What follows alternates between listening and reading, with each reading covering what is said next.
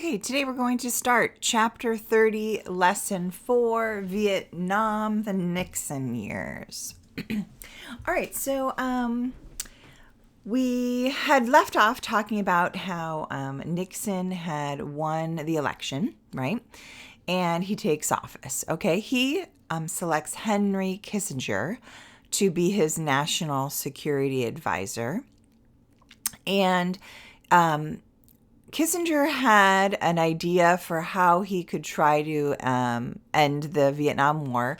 He had a policy that he called linkage, which was trying to improve the relationship that the United States has with the Soviet Union and China.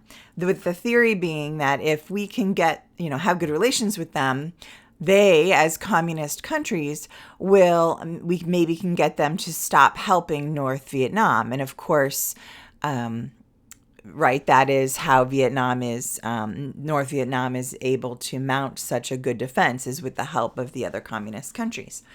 So he starts working on that. And in the meantime, Nixon is trying to put in place his Peace with Honor plan, which we mentioned during his campaign. And he comes up with a 3-step plan. First, he's going to reform the draft system. If you recall, we talked about before how people felt it was unfair that people who were in college full time got an exemption, right? And then he's also going to give South Vietnam a bigger role in the fighting, and so that the U.S. could step back. And then third, he was going to expand the bombing of enemy territory. So instead of, having more soldiers go and be at risk, we could bomb and be effective that way. So we'll talk about each of those in a little bit more detail in a second. So first of all, let's take the draft first. So the draft, as we talked about, they're going to stop having deferments given to college full-time college students, which we had talked about. So no more of that. Also, it used to be 18 years old, the draft, and they said they're going to start it at 19 years old. So they're a little bit older going. And so how are they going to pick people to go? They're going to have a lottery with their birthdays. So basically they had strips of paper with the birthday on it, and they picked it out of, there's kind of like a big, have you ever seen the lotto on TV? They have all those balls going around and they pick one out. Well, that's basically what it was, but they had these little, almost like eggs, and they took out an egg and they opened it up and there would be a slip of paper that said the birthday in it. Okay, so that's, if your birthday was picked, right, then you would have to go. Okay, so that was how the draft went. Vietnamization, that's a big mouthful, is this idea, what I was mentioning before about trying to make the South Vietnamese take a more of a leadership role in the fighting instead of the U.S., so that we can start withdrawing our American troops. And then part of that is kind of a shift in idea, which got to be called the Nixon Doctrine. Do you remember a long time ago we talked about the Monroe Doctrine, right? Well, the Nixon Doctrine was previously we've been thinking, right, communism is so terrible, it's like our responsibility to make sure it doesn't spread. And now in this Nixon Doctrine, he's kind of saying, well, it's not just our responsibility, right? So other nations should be doing their fair share, and it's not just all up to America to, foot the bill and have our Americans, over there dying and everything. So he's kind of shifting that. Also, he did increase the bombing, like we mentioned. He decides to focus on either supply routes for the North Vietnamese and communists, and also hideouts for them that were in neighboring countries, Cambodia and Laos. And now he secretly did some of these. He did not get approvals from Congress, and that's going to cause him some trouble later, that he went ahead and did these. So we'll talk about that in a second. So all this time, right, people are still protesting. The war has been going on, and people want it to end. And we do start trying, right? Kissinger goes on behalf of the United States to a Paris peace talk where they're trying to get the North Vietnamese and South Vietnamese and the U.S. together to try to, solve this. We are bombing, like we just mentioned, and that's supposed to be kind of making it clear to the North Vietnamese that, they better agree to peace or this is what they can expect. And we thought that would pressure them into doing what we wanted. However, the North Vietnamese see the news too, and they know that there are a lot of anti-war protests going on and a lot of unhappiness in the United States. So the North Vietnamese figured, you know what, we can just wait it out. Eventually, the U.S. will have to withdraw because their people are so unhappy about this war. And so they just figured they'd bide their time. And Nixon, in the meantime, says he has a address to the public saying, I really need you to be supportive, right? All these protests and everything are hurting our war effort. And he's basically, again, appealing to that silent majority that he mentioned in his campaign, that he thought there was a lot of people that were staying quiet and not doing the protesting and things that actually were supportive of the U.S.'s efforts. And so he's trying to get them to, step up and,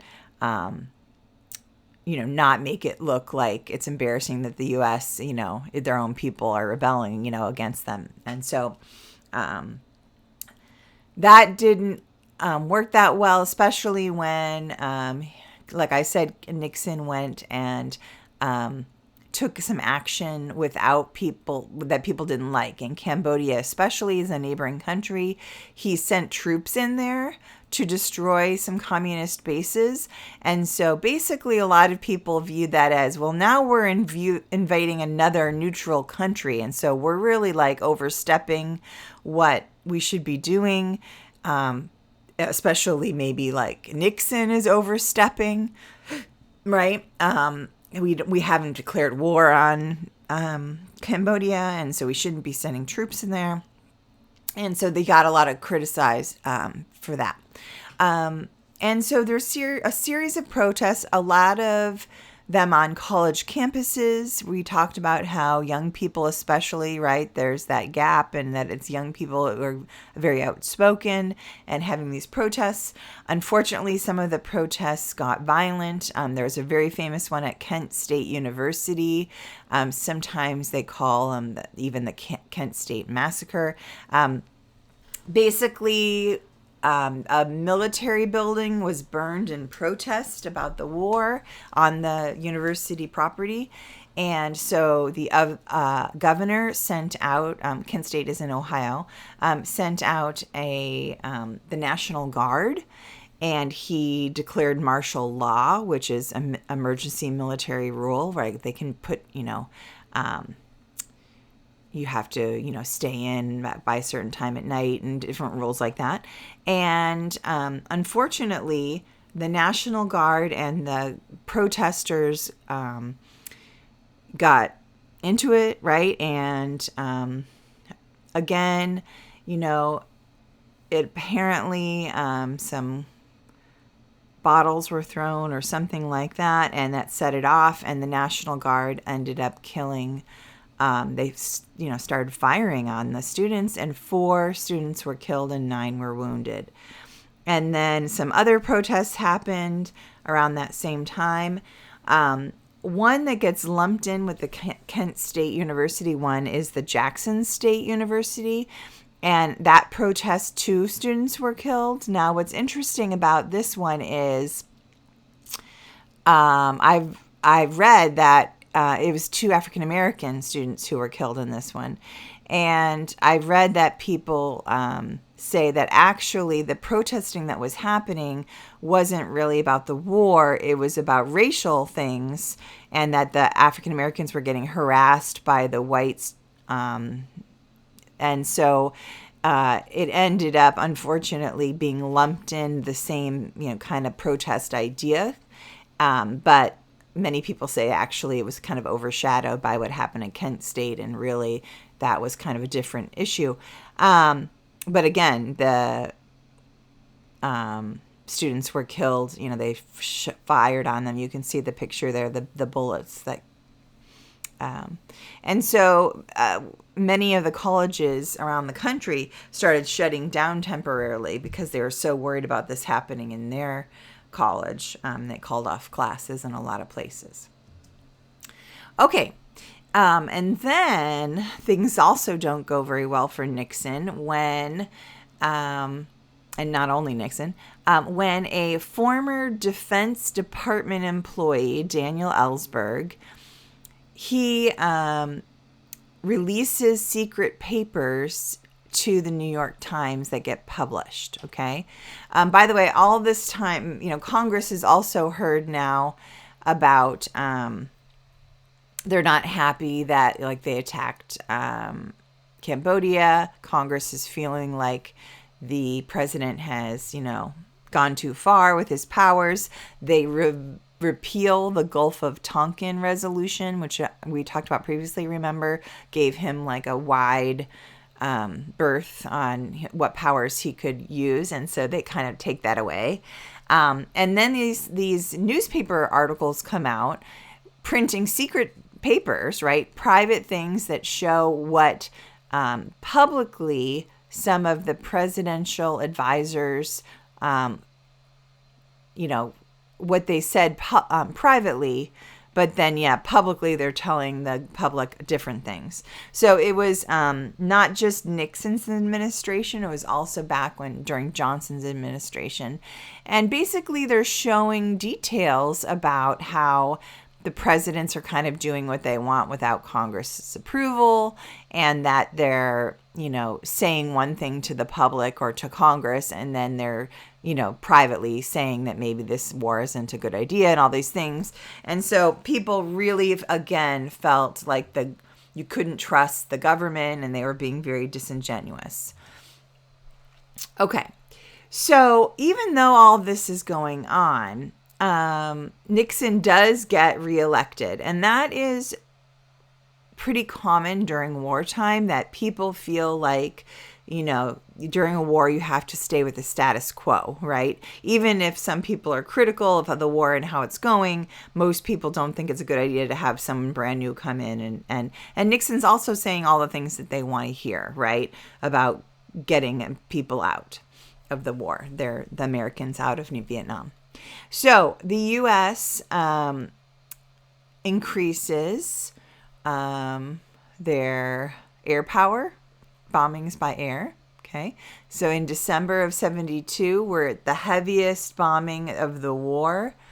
And again, we're trying to put pressure. The bombings, of course, are trying to pressure the North, and then the South, we're doing like political pressure and you know, we're their allies, so we're trying to say we need to end this, okay? So, finally, by the way, I should say that they had tried to negotiate peace again, and it didn't work, okay? So this is like their last-ditch effort. So finally, in January of 1973, they finally do reach an agreement, and the U.S. agree they're going to pull their troops out, and the North Vietnamese are supposed to return all the American prisoners of war they have, and which they returned some, but some were never returned. So people, you know, assume they were killed or whatever. And then as the U.S. is leaving, it takes a couple years to get everything out, right? And so in 1975, as we're finally the last Americans are leaving in Saigon, the capital, right? The North Vietnamese are attacking, and the short story is they finally do take over the whole country and make it a communist country. So that's why if you've ever seen Miss Saigon or other movies about Vietnam, sometimes they show like the fall of Saigon a lot with, you know, people like that top picture is showing the North Vietnamese breaking through, and it was very dramatic, right? Even some some South Vietnamese that were helping the Americans were trying to get out. Some did come to America, some unfortunately didn't get out. Anyway, it was kind of dramatic, like trying to get out the last, right before they were attacked. Okay, so in the end, right, Vietnam does become a communist country. More than 1 million Vietnamese died. More than 58,000 Americans died, and a lot more were wounded, 300,000, and some of those were permanently injured. And we spent over $150 billion. Okay. And of all those numbers, we still have thousands more that are MIA, missing in action, that we don't really know what happened to them. We are, probably assuming that they probably died, but, they didn't know. Okay, so that is the gist of it. All those years of fighting, and, we didn't end up stopping communism from taking over in the long end anyway.